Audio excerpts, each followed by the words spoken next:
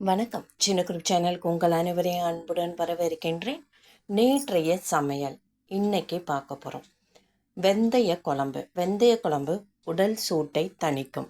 அது மட்டும் இல்லை, நைட்டு ஒரு ஸ்பூன் வெந்தயத்தை ஊற வச்சு 3/4 டம்ளர் தண்ணி விட்டு நல்லா காலையில் எழுந்திரிச்சதும் வெறும் வயிற்றில் வெந்தய தண்ணி குடிச்சு பாருங்கள். நீரிழிவு நோய், அதாவது சர்க்கரை நோய் கட்டுப்படும்.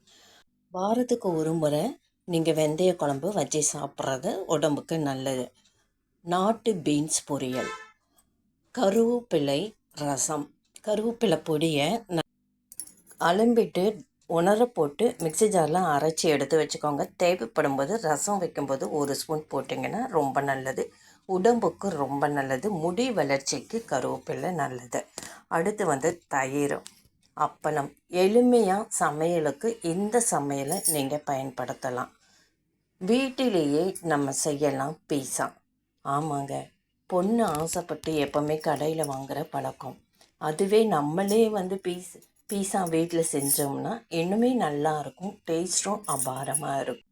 பிள்ளைங்க விரும்பி கேட்குறத நம்ம வீட்டிலே செஞ்சு அவங்க சாப்பிட்டு பார்த்து பாராட்டும் போது மனசு ரொம்ப சந்தோஷப்படுங்க. இந்த வீடியோ பிடிச்சா லைக் பண்ணுங்கள், ஷேர் பண்ணுங்கள், சப்ஸ்கிரைப் பண்ணுங்கள், கமெண்ட் பண்ணுங்கள். நன்றி.